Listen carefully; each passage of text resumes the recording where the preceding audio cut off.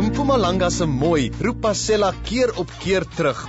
En toe die mense by die Casterbridge Motormuseum in Witbank hoor Dieter kuier weer in die provinsie, het hulle vir hom 'n klassieke motor geleen om die area in ou wêreldse styl te verken. Hy is nou so 50 km wes van Nelspruit in die Elandsvallei. Dis ry gereeld hier vallei, maar vandag wil ek 'n bietjie afdraai om na 'n paar interessante stories te luister. Maar voordat ons by die geskiedenis kom, wil ek eers by die meule draai maak. Hy verwys na Sappi se meule waar pulp en papier vervaardig word. Toe hulle dit in 1965 by die samevloeiing van die Ngodwana en Elandsriviere bou, is dit na die Ngodwana vernoem. Dit is 'n Swazi woord wat beteken jy is nou alleen. Dit verwys na die rivier se sytakke wat die hoofstroom op sy eie los. Die meule gebruik verskeie soorte dennebome wat in die omgewing aangeplant word vir hul produkte. Dis die grootste papiermasjiene wat ek nog gesien het. Dis waar Dieter, vir al die mense eerste keer hier instap, kan dit baie oorweldigend wees. Hierdie masjien aan ons regterkant maak bokspapier. Hierdie masjien loop teen 'n tempo van 700 ton 'n dag. As ons kyk na die koerantpapiermasjien agter jou, daai masjien maak ongeveer 350 ton 'n dag. Nou om dit vir jou in 'n praktiese terme uit te stip. Dit is 7 meter wyd, 60 km/h. So volgende keer as jy met jou kar ry, dink 'n bietjie as jy 60 km/h ry. Dis die tempo waarteen ons hierdie papier maak. Dis 'n klomp papier en dis baie vinnig. Maar hoe werk die proses van in die boom by julle aankom totdat ons papier het? Weet jy, dit is nogals 'n groot proses, omtrent 3 km hiervan af wat die hout in die houtwerf inkom. Daai boomstompe word dan nou ontwas en dan word dit gechip.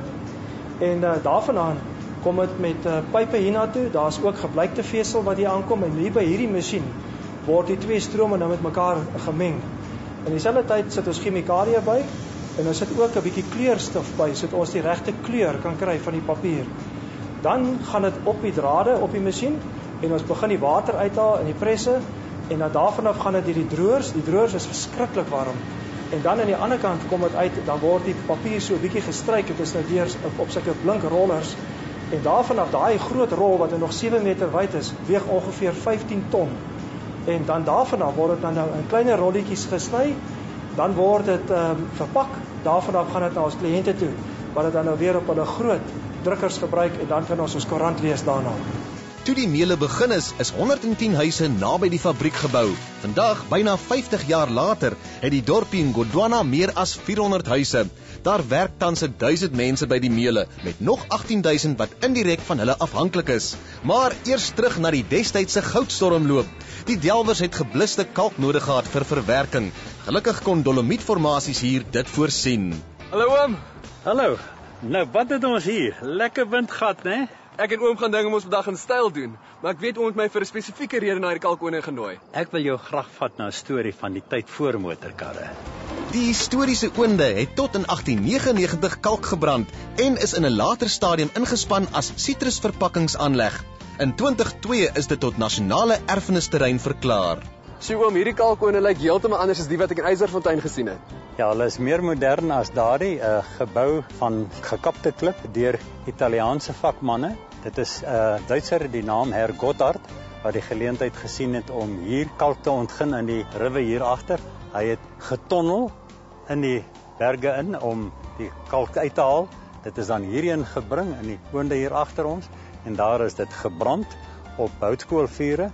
Hierdie gebrande kalk sou dadelik blus as dit met water in aanraking kom. Dus is dit droog gehou onder bokseile in die silo's en ook op die bokwaans waarmee dit vervoer is na die delwerye. Daar het die myners dit gebruik in die suiweringsproses vir goud. Ongelukkig vir Gotthard is 'n nuwe en meer effektiewe proses met sianiet ontwikkel en letterlik oornag was die kalkoonde onnodig. Ou Gotthard het glo stil verdwyn sonder om sy werkers hul laaste salarisse te betaal. Reg langs die oonde is sy destydse blyplek. Dit is vandag as die kliphuis van die Tafelronde, die oudste huis steeds in gebruik in die Ngodwana area.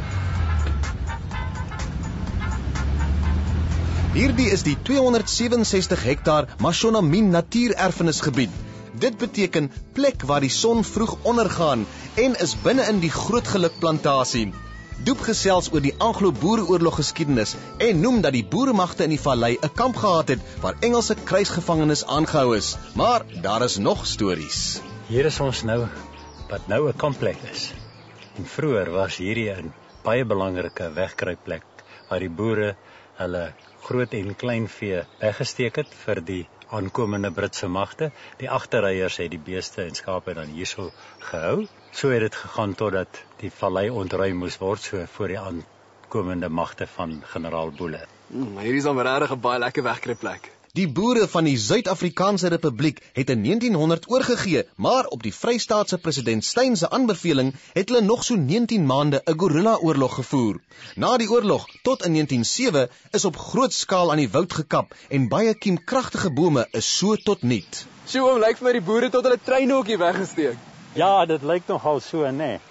Maar hierdie is nie 'n stoomtrein engine nie, dit was 'n stoom engine wat 'n kabelspoor aangedryf het. Toe die boere na die oorlog op hulle plase teruggekom het, was hulle brandarm. Net soos Herr Gotthard die geleentheid gesien het met die kalk aan die myners te verkoop, het die boere ook gesien, hier is 'n geleentheid om geld te maak. En hulle het in die bosse hier bome gesaag om aan die myne te lewer as mynstutte.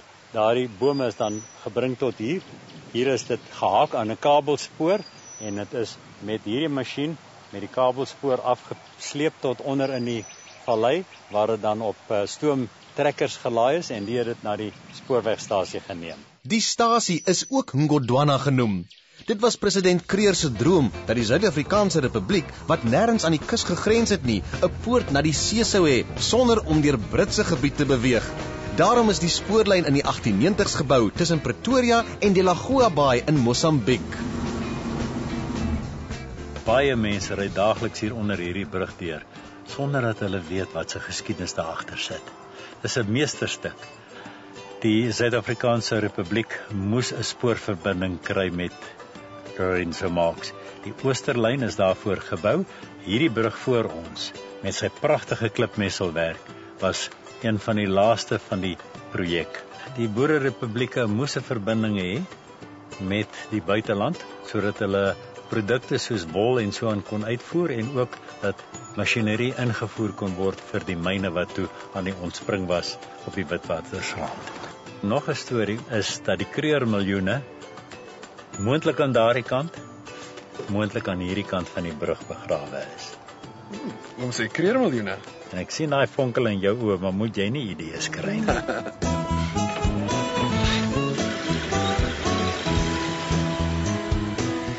Hoewel water vir die papierfabriek aanvanklik met 'n keerwal uit die Ngodwana rivier getrek is 'n dam met dieselfde naam later aangelê toe die fabriek vergroot is.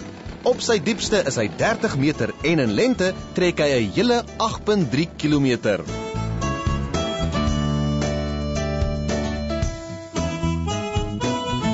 Hengelaars hou van die dam, want hier is volop vis soos baars, karp, geelvis, barber en kurper. So, dis dan pragtig hier. Fransie, soos ek verstaan het hierdie dam basies oornag vol geloop. Die dam is gebou in 1983 en gedurende 1984 toe die sikloon Demoina die ooskus van Afrika getref, baie skade aangerig in Mosambiek en ook in die Laagveld area en die dam het toe feitelik oornag vol geloop. En as dit nie daarvoor was nie Dieter, dan sou die dam heel waarskynlik 2 jaar geduur het om vol te loop. Dit laat mens net weer besef hoe sterk die natuur is. Dit is verseker. Dieter, nog iets. There's lots of history around this dam. The stagecoach from Leitenberg used to run through the road, which is now submerged. Over there, you can still see part of the road, but the rest is running under the water.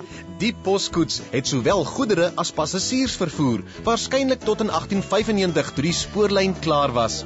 Beslis baie interessanthede hier in die Elandsvallei. Hopeloos te veel om in een kuier in te sluit, maar gelukkig kan ons mos altyd weer kom inloer.